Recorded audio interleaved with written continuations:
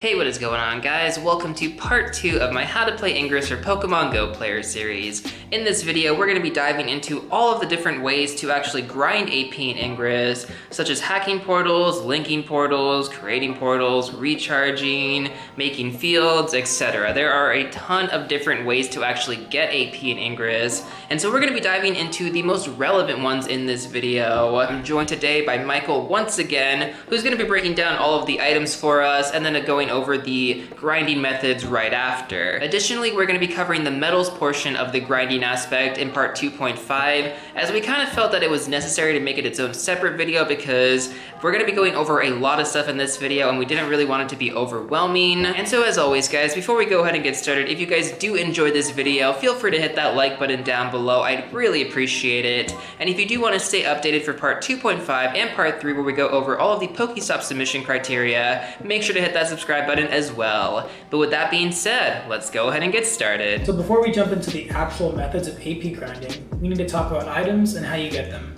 You can get them through hacking a portal, getting them from another Ingress player, or from leveling up. Hacking a portal is just like spinning a Pokestop. You get to hack every 5 minutes. But in Ingress, once you get 4 hacks, there is a 4-hour cooldown where you cannot hack the portal anymore. There is also an advanced technique called glyph hacking, which greatly increases the amount of items you get versus a normal hack, but we'll talk about this more in part 2.5. So now we're going to talk about the relevant items you get from hacking portals. The first item we're going to talk about are Resonators. Just like Pokemon Go gyms where there are 6 empty slots, a portal has 8 empty slots. To fill these slots, you put in Resonators. So think of it like dropping a Pokemon in a gym. Here you're dropping a Resonator in a portal. Resonators have 8 levels, 1 through 8. The higher the level, the stronger the Resonator. The overall level of the portal will be the average level of the 8 Resonators. The level of the portal determines how far away you can interact with it. Each Resonator in a portal has a charge bar. This is charged with XM. XM is exotic matter. Think of XM as your energy or stamina in the game. You can see in the top left corner of your screen that you have an XM bar. You use this XM to destroy, add, or recharge anything. XM cubes are pretty self-explanatory. You open them up and they give you XM, depending on the level of the cube. The third item is a portal key, which is specific to a certain portal. This allows for long-distance access. Keys allow you to link to portals or to recharge the Resonators in the portal. This is like remote berry feeding a Pokemon in a gym. The fourth items are weapons. Weapons let you destroy enemy Resonators, thus taking down enemy portals. There are 2 types of weapons, Bursters and Ultra Strikes. Bursters attack in a 360-degree direction, while Ultra Strikes only attack directly what you are standing on. Additionally, you can hold down the attack button while using your weapons and get the circle as close to the player icon as possible. This will greatly increase your damage output by up to 20%. Generally, your level 1 to 4 weapons do not do that much damage, so I would recommend using levels 5 to 8 Bursters and Ultra Strikes. So don't be discouraged if you're not able to take enemy portals until you're level 5. The fifth item is a capsule. Capsules allow you to store 100 items.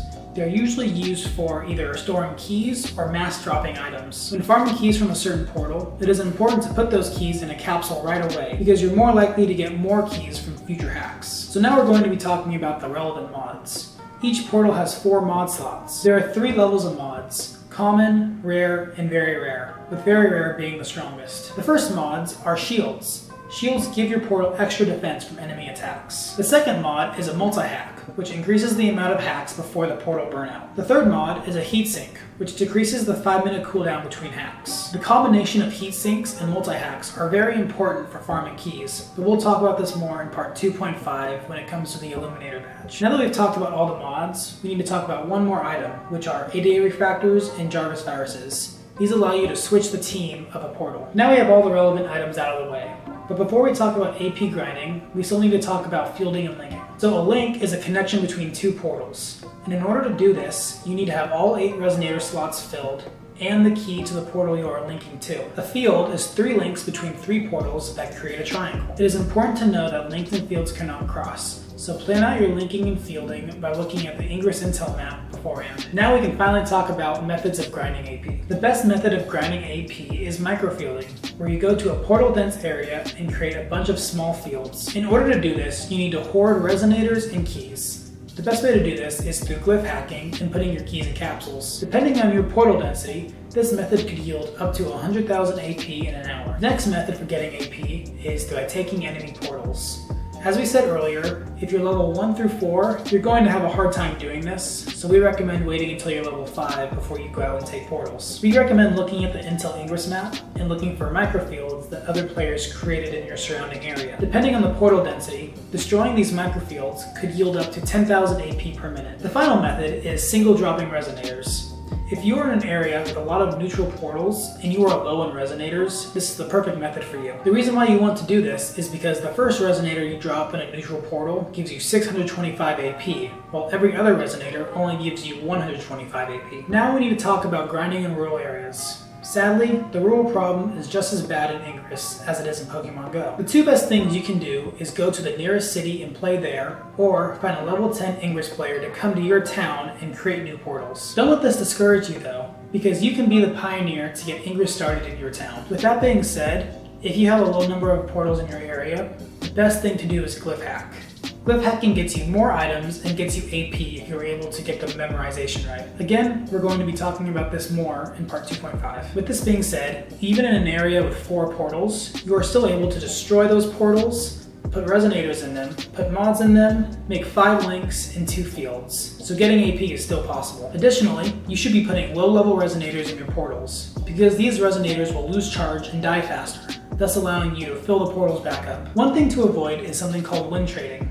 Win trading is where 2 players from opposing factions coordinate taking a portal back and forth. Win trading is against the terms of service of Ingress, and because of the comm system, other Ingress players can see what you are doing and will call you out on it. It is grounds for getting your account banned, so you should be careful. It is fine for 2 players of opposing factions to take each other's portals, but it is where coordinating comes into play that can get you in trouble. And so with that being said, guys, level 10 is going to be your ultimate goal. That is the level that you actually need in order to submit portals. Some people call it the equivalent of hitting level 30 in Pokemon Go without raids and friendship, so that's kind of one way of looking at it. In order to hit level 10, you're going to need 2 gold badges and 5 silver badges, along with 4 million AP. We're going to be talking about the badges more in part 2.5, so definitely make sure to stay tuned for that. Again, depending on your area, this could take up to a couple weeks or even a couple months. So it's really important that you guys actually get started now, so that way when portal nominations roll out globally for Ingress Prime, you guys will be ready to go and you can start submitting PokeStops in your area.